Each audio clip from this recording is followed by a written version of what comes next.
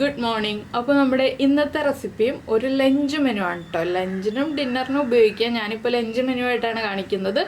അപ്പോൾ വളരെ സിമ്പിളായിട്ടുള്ള 3 റെസിപ്പികളാണ്. ഒരു ഫിഷ് ഫ്രൈയും, ഒരു മോര് കറിയും, ഒരു ഉരുളക്കിഴങ്ങ് മെഴുക്കുവരട്ടിയും.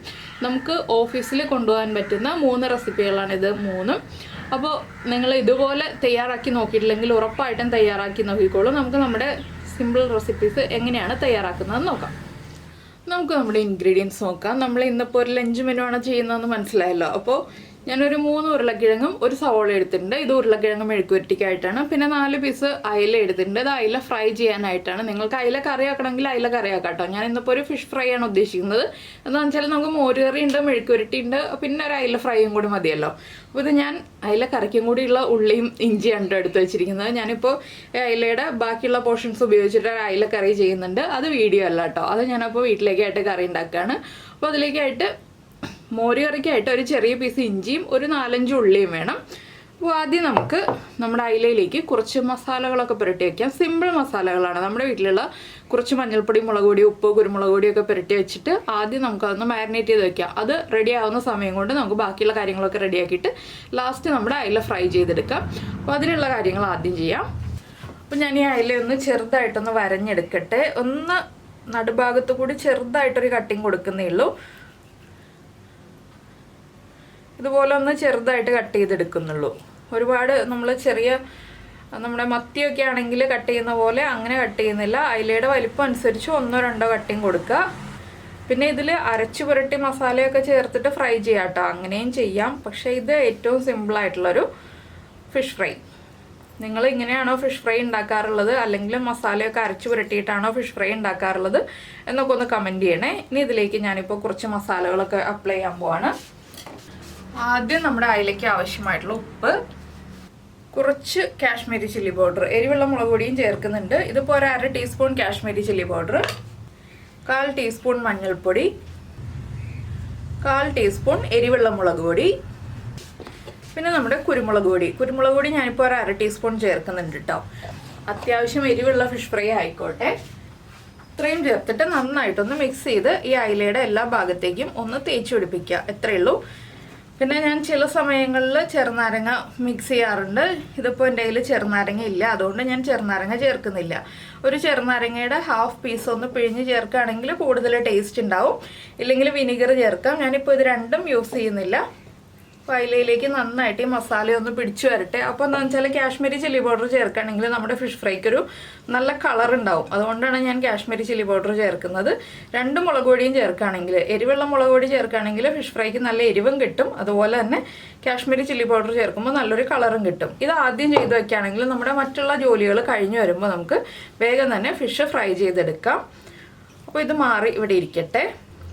ഇനി നമുക്ക് നമ്മുടെ മോര് കറിയുടെ പരിപാടി നോക്കാം. അപ്പോൾ അതിനായിട്ട് നമുക്ക് ഉള്ളിയും ഇഞ്ചിയും ഒന്ന് ചെറുതായിട്ട് കട്ട് ചെയ്തെടുക്കാം, ഇല്ലെങ്കിൽ ചതച്ചെടുക്കാം. അപ്പോൾ ഞാൻ ഉള്ളി ഇഞ്ചിയും ചെറുതായിട്ട് കട്ട് ചെയ്തെടുക്കാനാണ് പോകുന്നത്. അതുപോലെ തന്നെ നമ്മുടെ ഉരുളക്കിഴങ്ങ് ഒന്ന് വേവിക്കാൻ വെക്കണം. ഉരുളക്കിഴങ്ങിൻ്റെ തൊലിയൊക്കെ മാറ്റി അതും കട്ട് ചെയ്തെടുക്കാം. അപ്പോൾ നമ്മുടെ ഉരുളക്കിഴങ്ങ് ഇതുപോലെ കട്ട് ചെയ്തിട്ടുണ്ട്. അതുപോലെ തന്നെ ഉരുളക്കിഴങ്ങ് മെഴുക്കുവരട്ടിയിലേക്കായിട്ട് സവോളയുടെ പകുതി കട്ട് ചെയ്തു കേട്ടോ, പകുതി എടുത്തുള്ളൂ. പിന്നെ ഇത് നമ്മുടെ മോര് കറിക്കാണ് പച്ചമുളക്, ഇഞ്ചി, ഉള്ളി, ഒരു 4-5 ഉള്ളി എടുത്തിട്ടുള്ളൂ. ഇനി നമുക്ക് നമ്മുടെ കറികളൊക്കെ റെഡിയാക്കി തുടങ്ങാം. അപ്പോൾ നമ്മൾ ആദ്യം ചെയ്യാൻ പോകുന്നത് ഉരുളക്കിഴങ്ങ് വേവിക്കുക എന്നുള്ള കാര്യമാണ്. ഞാൻ ഉരുളക്കിഴങ്ങ് വേവിച്ചിട്ടാണ് കേട്ടോ ഈ ഒരു മെഴുക്കുവരട്ടി തയ്യാറാക്കുന്നത്. അതിനായിട്ട് ഞാനൊരു ചട്ടിയിലേക്ക് നമ്മൾ കട്ട് ചെയ്ത് വെച്ചിരിക്കുന്ന ഉരുളക്കിഴങ്ങ് ഇട്ട് കൊടുക്കുന്നുണ്ട്. അപ്പോൾ ഈ ഒരു ഉരുളക്കിഴങ്ങ് മെഴുക്കുവരട്ടി ഉച്ചയ്ക്ക് ചോറിനും രാത്രി ചപ്പാത്തിക്കും കൂടി ഉള്ളതാണ്. ഞങ്ങൾക്ക് വളരെ കുറച്ച് കറി മതി. അതുകൊണ്ടാണ് ഞാനപ്പോൾ ഒരു 3 ഉരുളക്കിഴങ്ങ് കൊണ്ട് രാത്രി ചപ്പാത്തിക്കും ഉച്ചയ്ക്ക് ചോറിന് കറി ഉണ്ടാക്കുന്നത്. ഇതിലേക്കായിട്ട് നമുക്ക് ഒരു 1/2 ടീസ്പൂൺ മഞ്ഞൾപ്പൊടി ചേർത്ത് കൊടുക്കാം. അതുപോലെ തന്നെ ഉരുളക്കിഴങ്ങിന് ആവശ്യമായിട്ടുള്ള ഉപ്പും. ഇത് വളരെ ചെറിയ അളവിൽ വെള്ളത്തിൽ വേവിച്ചെടുക്കുക. ഒരുപാട് വെള്ളം വേണ്ട ഉരുളക്കിഴങ്ങ് വേവാനായിട്ട്. പിന്നെ എൻ്റെ ചട്ടിക്ക് കുറച്ച് കട്ടി കൂടുതലാണ്, അതുകൊണ്ട് ഞാൻ ഉരുളക്കിഴങ്ങിൻ്റെ തൊട്ട് താഴെ നിൽക്കുന്ന രീതിയിൽ വെള്ളം ചേർക്കുന്നുണ്ട്. ഇതൊന്ന് കുക്കായി വരട്ടെ. ഈ സമയത്ത് നമുക്ക് നമ്മുടെ മോര് കാച്ചിയെടുക്കാം. അപ്പോൾ മോര് കാച്ചുക എന്ന് പറയുന്നത് അതും ഒരു ചട്ടിയിലാണ്. ഞാൻ 2 ചട്ടി അടുപ്പിച്ച് വെക്കുകയാണ്. ആ ചട്ടിയിൽ ഉരുളക്കിഴങ്ങ് വേവട്ടെ. ഈ ചട്ടി ഒന്ന് ചൂടായി വരട്ടെ. ഇതിൽ നമുക്ക് മോര് കാച്ചിയെടുക്കാം. മോര് ഞാൻ തൈര് മിക്സിയിൽ ഒന്ന് കറക്കിയെടുത്തിട്ടുണ്ട്, ജസ്റ്റ് ഒന്ന് കറക്കിയെടുത്തിട്ടുണ്ട്, തൈരിൻ്റെ കട്ട ഉടയുന്ന രീതിയിൽ. അപ്പോൾ ചട്ടി ചൂടായി വരുമ്പോൾ നമുക്ക് മോര് കാച്ചാൻ തുടങ്ങാം. അപ്പോൾ നമ്മുടെ ചട്ടി ചൂടായി വന്നിട്ടുണ്ട്. ഇനി നമുക്കിതിലേക്ക് വെളിച്ചെണ്ണ ചേർക്കാം. അപ്പോൾ നിങ്ങൾക്ക് കഴിഞ്ഞ ദിവസം ഇങ്ങനെ ഒരു ലഞ്ച് മെനു ചെയ്തതിൻ്റെ റെസിപ്പി ഇഷ്ടമായി എന്ന് പറഞ്ഞതിൽ വളരെ സന്തോഷം കേട്ടോ. അപ്പോൾ ഞാൻ ഇടയ്ക്ക് ഇതുപോലെയുള്ള ലഞ്ച് മെനു ചെയ്യാം. നോൺ വെജ് ഉൾപ്പെടുത്തണം എന്ന് പറഞ്ഞതുകൊണ്ടാണ് ഞാൻ ഇന്നിപ്പോൾ ഫിഷ് ഫ്രൈ ഉൾപ്പെടുത്തിയത്. വേറെ എന്തെങ്കിലും റെസിപ്പിയൊക്കെ ഉൾപ്പെടുത്തണം എന്നുണ്ടെങ്കിൽ അത് പറയാം. ഞാനിപ്പോൾ വളരെ ചെറിയ അളവിൽ ഒരു 1.5 ടീസ്പൂൺ വെളിച്ചെണ്ണ ചേർത്തിട്ടുള്ളൂ. എന്താണെന്ന് വെച്ചാൽ നമുക്ക് ചെറിയ അളവിൽ മാത്രം മോരുകറി ഉണ്ടാക്കുന്നുള്ളൂ. ഈ ഒരു മോരുകറിക്കൊക്കെ വളരെ ചെറിയ അളവിൽ വെളിച്ചെണ്ണ മതിയിട്ട്, നമുക്ക് ഒരുപാട് വെളിച്ചെണ്ണയൊന്നും വേണ്ട. പിന്നെ നമുക്കിത് തന്നെ തേങ്ങ അരച്ചിട്ട് മോരുകറി ഉണ്ടാക്കാം. നമ്മളിതിപ്പോൾ രാവിലെ ജോലിക്ക് പോകുന്ന തിരക്കിലുണ്ടാക്കുന്ന മോരുകറി ആകുമ്പോൾ ഈ ഒരു മോരുകറി മതി. അപ്പോൾ നമുക്ക് വെളിച്ചെണ്ണ ചൂടായി തുടങ്ങുമ്പോൾ ഇതിലേക്ക് കടുക് ചേർത്ത് കൊടുക്കാം. 1 ടീസ്പൂൺ കടുക്. കടുകൊന്ന് പൊട്ടി തുടങ്ങുമ്പോൾ വേണം നമുക്ക് ബാക്കിയുള്ള കാര്യങ്ങളൊക്കെ ചേർക്കാൻ. അപ്പോൾ നമ്മുടെ കടുക് പൊട്ടിക്കൊണ്ടിരിക്കുന്നുണ്ട്. ഓരോന്നായിട്ടാണ് കേട്ടോ പൊട്ടുന്നത്. കടുക് പൊട്ടി തുടങ്ങുമ്പോൾ നമ്മൾ എല്ലാ മോരുകറിയിലും ചെയ്യുന്ന പോലെ, തേങ്ങ അരച്ച മോരുകറി ആണെങ്കിലും തേങ്ങ അരയ്ക്കാത്ത മോരുകറി ആണെങ്കിലും എല്ലാത്തിലും ചെയ്യുന്ന പോലെ ഒരു 1/4 ടീസ്പൂൺ ഉലുവ ചേർത്ത് കൊടുക്കുക. ഉലുവയും കൂടി പൊട്ടി വരട്ടെ. ഇതിലേക്ക് ഇനി നമുക്ക് ഒരു 4 വറ്റൽമുളക് ചേർക്കാം. മോരുകറി ആകുമ്പോൾ കുറച്ച് വറ്റൽമുളകൊക്കെ കൂടുതൽ ചേർത്താലേ ടേസ്റ്റും ഉണ്ടാവുള്ളൂ, നമ്മുടെ മോരുകറി കാണാനൊരു ഭംഗിയും ഉണ്ടാവുള്ളൂ. അപ്പോൾ വറ്റൽമുളക് ഒന്ന് ചൂടായി തുടങ്ങുമ്പോൾ നമ്മൾ കട്ട് ചെയ്ത് വെച്ചിരിക്കുന്ന ഇഞ്ചി, പച്ചമുളക്, അതുപോലെ തന്നെ ഉള്ളി ഇത്രയും ചേർത്ത് കൊടുക്കുക. ഇനി ഇതൊന്ന് ലൈറ്റായിട്ട് ബ്രൗൺ ഷെയ്ഡായി തുടങ്ങണം. വല്ലാണ്ട് ബ്രൗൺ ആവണ്ട, ലൈറ്റായിട്ട് ബ്രൗൺ ഷെയ്ഡായി തുടങ്ങണം. ആ ഒരു സമയം വരെ നമ്മളൊന്ന് ഇളക്കി കൊടുക്കുക. ഇതിലേക്ക് നമുക്ക് കറിവേപ്പിലയും കൂടി ചേർത്ത് കൊടുക്കാം. കുറച്ച് കറിവേപ്പില, 1-1.5 തണ്ട് കറിവേപ്പില ചേർത്ത് കൊടുക്കുക. കറിവേപ്പിലേക്ക് ഷോർട്ടേജ് ഇല്ലാന്നുണ്ടെങ്കിൽ 2 തണ്ട് കറിവേപ്പില ചേർത്ത് കൊടുത്തോളൂ കേട്ടോ. എൻ്റെ കയ്യിൽ ഇപ്പോൾ കറിവേപ്പില കുറവാണ്, അതുകൊണ്ടാണ് ഞാനിപ്പോൾ 1.5 തണ്ട് കറിവേപ്പില ചേർത്ത് കൊടുത്തത്. ഇനി ഇതൊക്കെ ഒന്ന് ചൂടായി ഒന്ന് കുക്കായി തുടങ്ങുമ്പോൾ നമുക്കിതിലേക്ക് നമ്മുടെ പൊടികൾ ചേർത്ത് കൊടുക്കണം. എന്താണെന്ന് വെച്ചാൽ വല്ലാതെ ബ്രൗൺ ആയിട്ടല്ല നമ്മൾ പൊടികൾ ചേർക്കുന്നത്. ഇപ്പോൾ തന്നെ ഞാൻ ഇതിലേക്ക് മഞ്ഞൾപ്പൊടി ചേർക്കുകയാണ്. നമ്മുടെ മഞ്ഞൾപ്പൊടി നന്നായിട്ട് കുക്കായി വരണ്ടേ, മോരുകറി എന്ന് പറയുമ്പോൾ തന്നെ നല്ല കളർഫുൾ ആയിരിക്കണം. ഞാനൊരു 1/2 ടീസ്പൂൺ മഞ്ഞൾപ്പൊടി ചേർക്കുന്നുണ്ട്. മഞ്ഞൾപ്പൊടിയും കൂടി നന്നായിട്ടൊന്ന് കുക്കായി വരട്ടെ. ചെറിയ ഫ്ലെയിമിലാണ് കേട്ടോ വെച്ചിട്ടുള്ളത്, വലിയ ബർണറിലല്ല. വലിയ ബർണറിൽ വെച്ചിട്ട് മോരുകറിയൊക്കെ ഉണ്ടാക്കിയിട്ടുണ്ടെങ്കിൽ ശരിയാവില്ല, മോര് പിരിഞ്ഞു പോവും. അപ്പോൾ ചെറിയ ബർണറിൽ വെച്ച് നന്നായിട്ടൊന്ന് ഇളക്കി കൊടുത്ത് കുക്ക് ചെയ്തെടുക്കുക.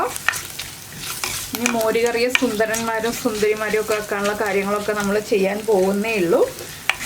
അപ്പോൾ നമ്മുടെ മഞ്ഞൾപ്പൊടിയുടെ ആ ഒരു റോ ടേസ്റ്റൊക്കെ മാറി വരുമ്പോൾ നമുക്ക് വീണ്ടും ഫ്ലെയിം കുറച്ച് വെച്ചിട്ട് ഇതിലേക്ക് പച്ചമുളകിൻ്റെ എരിവുണ്ട്. മോരുകറിക്ക് മെയിനായിട്ട് പച്ചമുളകിൻ്റെ എരിവുണ്ട്. എങ്കിലും ഒരു 1/4 ടീസ്പൂൺ എരിവുള്ള മുളക് പൊടി ചേർത്ത് കൊടുക്കാം.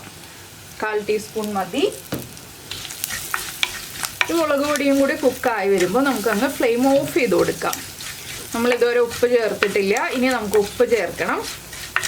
ഫ്ലെയിം ഓഫ് ചെയ്തിട്ടാണ് ഞാൻ ഈ മുളക് പൊടി ചേർത്തിട്ട് ഇളക്കുന്നത്. ചട്ടിയുടെ ചൂടിൽ മുളക് പൊടി കരിഞ്ഞു പോകാതിരിക്കാനാണ് നമ്മൾ ഫ്ലെയിം ഓഫ് ചെയ്തിട്ടുള്ളത്. ഇനി നമുക്ക് മോരുകറിക്ക് ആവശ്യമായിട്ടുള്ള ഉപ്പ് ചേർക്കാം. നമ്മുടെ മോരിൻ്റെ പുളി അനുസരിച്ച് ഉപ്പ് ചേർത്ത് കൊടുക്കാം കേട്ടോ. ഞാൻ ഒരുപാട് പുളിയില്ലാത്ത മോരാണ് എടുത്തിട്ടുള്ളത്. നമ്മളെപ്പോഴും തേങ്ങ അരയ്ക്കാതെ മോരുകറി ഉണ്ടാക്കുമ്പോൾ ഒരുപാട് പുളി ഇല്ലാത്ത മോരെടുക്കുക, അതാണ് എപ്പോഴും നല്ലത്. ഇനിയിപ്പോൾ ആ ഉപ്പും എല്ലാം നമ്മുടെ മസാലയിലേക്ക് മിക്സായി വന്നിട്ടുണ്ട്. ഇനി നമ്മൾ ഇതിലേക്ക് ചേർക്കുന്നത് എല്ലാ മോരുകറിയിലും ചേർക്കുന്ന പോലെ തന്നെ 2 പിഞ്ച് പഞ്ചസാര. പഞ്ചസാര നിർബന്ധമാണ് കേട്ടോ. നമ്മൾ തേങ്ങ അരച്ച് മോരുകറി ഉണ്ടാക്കിയാലും തേങ്ങ അരയ്ക്കാതെ മോരുകറി ഉണ്ടാക്കിയാലും പഞ്ചസാര ചേർത്തിട്ട് തന്നെ മോരുകറി ഉണ്ടാക്കുക.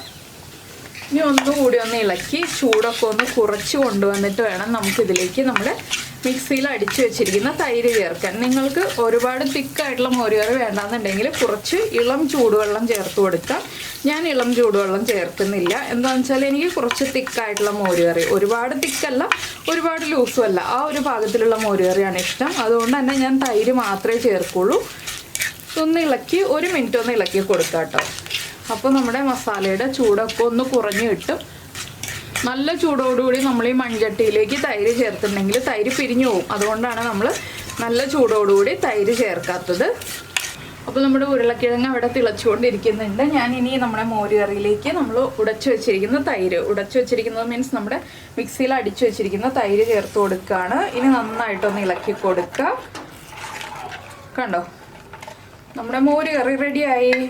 ഇത്രയുള്ള മോര് കറിയുടെ പരിപാടി. എങ്ങനെയുണ്ട്? വളരെ സിമ്പിളായിട്ട് റെഡിയായില്ലേ? ക്യാമറയിൽ കാണുമ്പോൾ കുറച്ച് ലൈറ്റാണ് കേട്ടോ.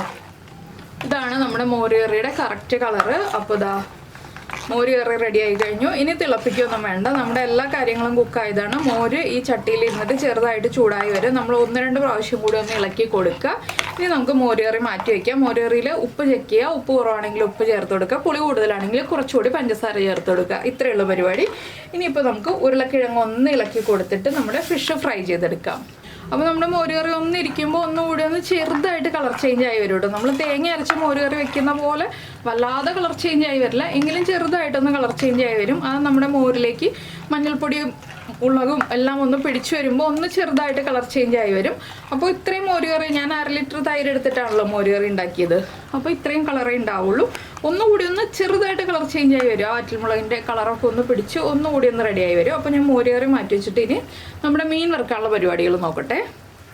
അപ്പോൾ ഞാൻ മോര് കറിയിൽ ഒരു കാര്യം പറയാൻ വിട്ടുപോയി കേട്ടോ. ഒരു 2 പിഞ്ച് നമ്മുടെ നല്ല ജീരകം പൊടിച്ചതും കൂടി നമ്മുടെ മോര് കറിയിലേക്ക് ചേർത്ത് കൊടുക്കണം. ഞാനിപ്പോൾ ചേർത്ത് കൊടുക്കുകയാണ്. ഞാനിവിടെ വേറെ പാൻ വെച്ചിട്ടാണ് നിങ്ങളോട് സംസാരിക്കുന്നത്. 2 പിഞ്ച് നല്ല ജീരകം പൊടിച്ചതും കൂടി നമ്മുടെ മോര് കറിയിലേക്ക് ഒന്ന് ചേർത്ത് കൊടുക്കണം. ഞാനിപ്പോൾ ചേർത്ത് കൊടുത്തിട്ടുണ്ട്, അത് പറയാൻ വിട്ടുപോയി.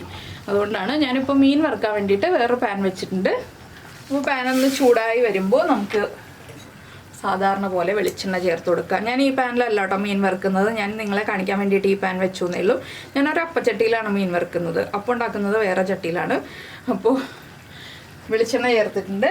കുറച്ച് വെളിച്ചെണ്ണയിലാണ് മീൻ വറുക്കുന്നതും. ഒരുപാട് വെളിച്ചെണ്ണ വേണ്ടല്ലോ, 4 പീസ് മീനല്ലേ ഉള്ളൂ. അപ്പോൾ ഇതിലേക്ക് ഞാനൊരു തണ്ട് കറിവേപ്പില ഒന്ന് ഇട്ട് കൊടുക്കുന്നുണ്ട്. കറിവേപ്പില ഒന്ന് ചൂടായി വന്നിട്ടേ ഞാൻ മീൻ ഇട്ട് കൊടുക്കുള്ളൂ. ഇനിയിപ്പോൾ കറിവേപ്പിലയൊക്കെ ചെറുതായിട്ട് ചൂടായി തുടങ്ങിയിട്ട് നന്നായിട്ട് ചൂടാകുന്നതിന് മുന്നേ തന്നെ നമ്മൾ മാരിനേറ്റ് ചെയ്ത് വെച്ചിരിക്കുന്ന മീൻ പീസുകൾ ഇട്ട് കൊടുക്കുക. കറിവേപ്പിലയുടെ മുകളിൽ വെച്ച് കൊടുക്കുകയാണെങ്കിൽ ആ കറിവേപ്പിലയുടെ ഫ്ലേവറൊക്കെ നന്നായിട്ട് നമ്മുടെ മീനിലേക്ക് പിടിച്ചു വരും. ഇതൊക്കെ എല്ലാവർക്കും അറിയാവുന്ന കാര്യങ്ങൾ തന്നെയാണ്. പക്ഷേ ഞാനൊരു ലഞ്ച് മെനു ചെയ്യുമ്പോൾ എല്ലാം ഉൾപ്പെടുത്തുന്നുണ്ട്, അതുകൊണ്ടാണ് ഞാൻ ഇതും കൂടി ഉൾപ്പെടുത്തുന്നത്. കറിവേപ്പില ഇട്ടിട്ട് നിങ്ങൾ മീൻ വറുക്കാറില്ല എന്നുണ്ടെങ്കിൽ ഉറപ്പായിട്ടൊന്ന് ട്രൈ ചെയ്ത് നോക്കിക്കോളൂ. കറിവേപ്പില ഇട്ട് മീൻ വറുക്കുമ്പോൾ പ്രത്യേകിച്ച് നല്ലൊരു ടേസ്റ്റാണ് കേട്ടോ. അപ്പോൾ ഇനി മീനൊന്ന് കുക്കായി വരട്ടെ. ഞാൻ അടച്ചു വയ്ക്കാറൊന്നുമില്ല, തുറന്ന് വെച്ചിട്ട് തന്നെയാണ് കുക്ക് ചെയ്യുന്നത്.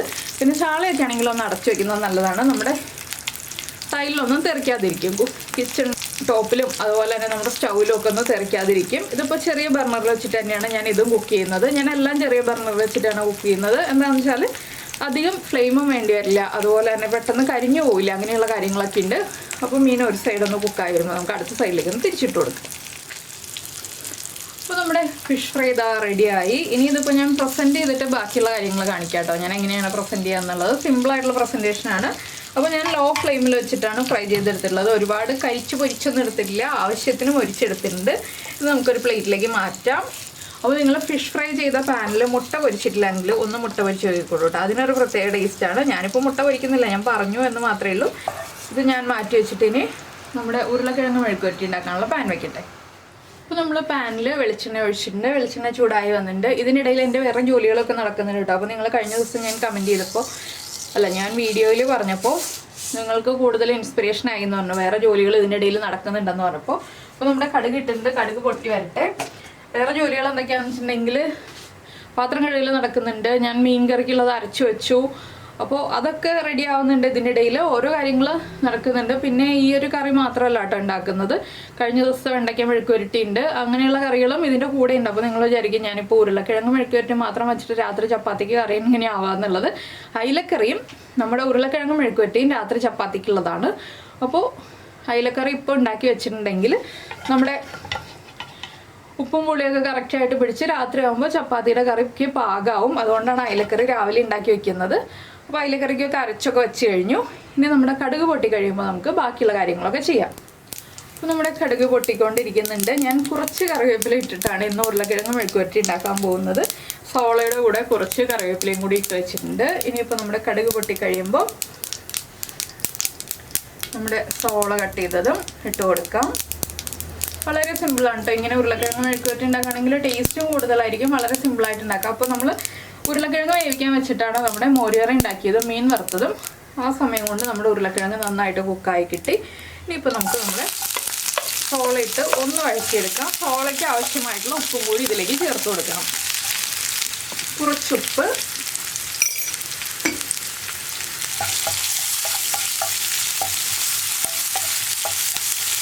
അപ്പോൾ ഇതിൽ നമുക്ക് തലേന്ന് പ്രിപ്പയർ ചെയ്ത് വെക്കേണ്ട കാര്യങ്ങളെന്ന് പറഞ്ഞിട്ടുണ്ടെങ്കിൽ നമ്മുടെ ഉള്ളിയൊക്കെ നന്നാക്കി വെക്കാം. ഇഞ്ചി തൊലി കളഞ്ഞ ഒരു കണ്ടെയ്നറിൽ അടച്ചു വെക്കാം. ഉള്ളിയും തൊലി മാറ്റിയിട്ട് ഒരു കണ്ടെയ്നറിൽ അടച്ചു വെക്കാം. അതിപ്പോൾ നമുക്ക് 2-3 ദിവസത്തേക്കുള്ള കാര്യങ്ങളൊക്കെ ചെയ്ത് വെക്കാം. ഇതൊക്കെ അല്ലാതെ വേറെ ഒന്നും നമുക്ക് പ്രിപ്പയർ ചെയ്ത് വെക്കേണ്ട ആവശ്യമില്ല കേട്ടോ. ബാക്കിയുള്ളതൊക്കെ നമുക്ക് വേഗം തന്നെ റെഡിയാക്കി എടുക്കാം. 1 മണിക്കൂറിനുള്ളിൽ നമുക്ക് ഇതെല്ലാം റെഡിയാക്കി എടുക്കാവുന്നതേ ഉള്ളൂ. അപ്പോൾ നിങ്ങൾ ഇതുപോലെയൊക്കെ ചെയ്ത് വെക്കാറില്ല എന്നുണ്ടെങ്കിൽ ഇതുപോലെയൊക്കെ ചെയ്ത് വെച്ചിട്ട് വളരെ എളുപ്പത്തിൽ തന്നെ കറികൾ ഉണ്ടാക്കി വെച്ചോളൂ. അതുപോലെ തന്നെ രാത്രി ചപ്പാത്തിക്കുള്ള കറികളൊക്കെ ആണെങ്കിലും രാവിലെ തന്നെ നമുക്ക് ലഞ്ചിനും ഡിന്നറിനും ആക്കി വെക്കാം. അപ്പോൾ ഉച്ചയ്ക്ക് ചോറ് കൊണ്ടുപോകാനും കറികളാവും. വൈകിട്ടത്തേക്ക് നമുക്ക് വന്നിട്ട് ജോലികളൊന്നും അധികം ഉണ്ടാവില്ല. ഓഫീസിൽ പോയി നിന്ന് ടയർഡായി വരുമ്പോൾ നമുക്ക് വൈകിട്ടത്തേക്ക് വന്നു കഴിഞ്ഞിട്ടുണ്ടെങ്കിൽ ഒരുപാട് ജോലികളൊന്നും ചെയ്യാനുണ്ടാവില്ല. ചെറിയ ചെറിയ ജോലികളൊക്കെ ചെയ്തിട്ട് നമുക്ക് ഡിന്നറും റെഡിയാക്കി എടുക്കാം. അപ്പോൾ നിങ്ങൾ ഇങ്ങനെയൊക്കെ ഒന്ന് പ്ലാൻ ചെയ്ത് റെഡിയാക്കി എടുക്കുമോ. അപ്പോൾ വേഗം ജോലികൾ തീരും. ഇപ്പോൾ നമ്മുടെ സവോള ഇത് കണ്ടോ ചെറുതായിട്ട് തിന്നായിട്ട് സ്ലൈസ് ചെയ്തെടുക്കുന്നതുകൊണ്ട് വേഗം തന്നെ കുക്കായി കിട്ടും. ഇനി നമുക്കിതിലേക്ക് മുളക് പൊടി ചേർക്കാം. ഞാൻ എരിവുള്ള മുളക് പൊടിയാണ് ചേർക്കുന്നത്. ഒരു 3/4 ടീസ്പൂൺ എരിവുള്ള മുളക് പൊടി. ചപ്പാത്തിക്കൊക്കെ ആയതുകൊണ്ട് അത്യാവശ്യം എരിവുള്ള കറികളാണല്ലോ ടേസ്റ്റ്.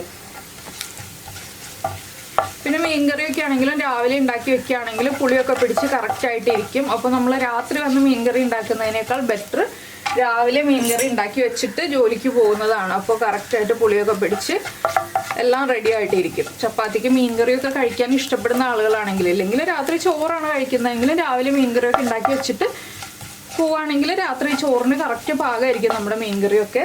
ഇനി നമുക്കിതിലേക്ക് വേവിച്ച് വെച്ചിരിക്കുന്ന ഉരുളക്കിഴങ്ങ് ചേർത്ത് കൊടുക്കാം. നല്ല ചൂടാണ് കേട്ടോ ചട്ടിക്ക്, അതുകൊണ്ടാണ് ഞാൻ ഇങ്ങനെ ചേർക്കുന്നത്. അപ്പോൾ നിങ്ങൾക്ക് ഈ ഒരു റെസിപ്പിയൊക്കെ ഇഷ്ടമായിട്ടുണ്ടെന്നുണ്ടെങ്കിൽ, ഇതുപോലെയുള്ള കോമ്പിനേഷൻസൊക്കെ ഇഷ്ടമായിട്ടുണ്ടെന്നുണ്ടെങ്കിൽ വീണ്ടും നമ്മുടെ വീഡിയോയുടെ താഴെ കമൻറ്റ് ചെയ്തോളൂ. ഞാൻ വേറെയും റെസിപ്പികൾ കാണിച്ചു തരാം. അപ്പോൾ ഇതൊന്ന് ജസ്റ്റ് ഇളക്കി മിക്സ് ചെയ്തെടുത്തിട്ടുണ്ടെങ്കിൽ നമ്മുടെ ഉരുളക്കിഴങ്ങ് മെഴുക്കുവരട്ടിയും റെഡി ആയി കഴിഞ്ഞു. ഉരുളക്കിഴങ്ങ് മെഴുക്കുവരട്ടി പല രീതിയിൽ ചെയ്യുന്നതിൻ്റെ വീഡിയോ ഞാൻ ചെയ്തിട്ടുണ്ട്. ഇത് എനിക്ക് ഏറ്റവും ഇഷ്ടപ്പെട്ട രീതിയാണ്, വേവിച്ചിട്ട് മെഴുക്കുവരട്ടി ആക്കി എടുക്കുന്നത്. അപ്പോൾ നിങ്ങളിത് ട്രൈ ചെയ്ത് നോക്കിയിട്ടില്ലെങ്കിൽ ഉറപ്പായിട്ടൊന്ന് ട്രൈ ചെയ്ത് നോക്കിക്കോളൂ.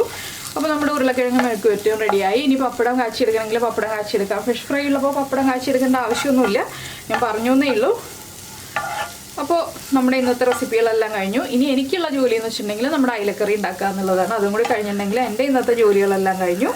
അപ്പോൾ ഇതുപോലെയുള്ള റെസിപ്പികൾക്കൊക്കെ ആയിട്ട് നമ്മുടെ ചാനൽ ഇതുവരെ സബ്സ്ക്രൈബ് ചെയ്തിട്ടില്ല എന്നുണ്ടെങ്കിൽ ഒന്ന് സബ്സ്ക്രൈബ് ചെയ്ത് സപ്പോർട്ട് ചെയ്യണേ. സബ്സ്ക്രൈബ് ചെയ്യുന്നതിന് ഈ വീഡിയോയുടെ താഴെയുള്ള റെഡ് സബ്സ്ക്രൈബ് ബട്ടൺ ഒന്ന് ക്ലിക്ക് ചെയ്യുക. അതിൻ്റെ റൈറ്റ് സൈഡിലുള്ള ബെല്ലൈക്കൺ ക്ലിക്ക് ചെയ്യുക. അപ്പോൾ ഓൾ എന്ന് പറഞ്ഞിട്ടൊരു ഓപ്ഷൻ കാണാം. ആ ഓളും കൂടി പ്രസ് ചെയ്തിട്ടുണ്ടെങ്കിൽ ഞാൻ എപ്പോഴും വീഡിയോ അപ്ലോഡ് ചെയ്യുമ്പോൾ നിങ്ങൾക്ക് നോട്ടിഫിക്കേഷൻ വരും. അപ്പോൾ നമുക്ക് നമ്മുടെ അടുത്ത റെസിപ്പിയുമായിട്ട് അടുത്ത ദിവസം കാണുന്നതിന് മുൻപ് ലൈക്ക് ചെയ്യാനും ഷെയർ ചെയ്യാനും കമൻറ്റ് ചെയ്യാനൊന്നും മറന്നു പോയില്ലല്ലോ. ഞാനപ്പോൾ പ്രസൻറ്റ് ചെയ്തിട്ട് കാണാം നിങ്ങൾക്ക്.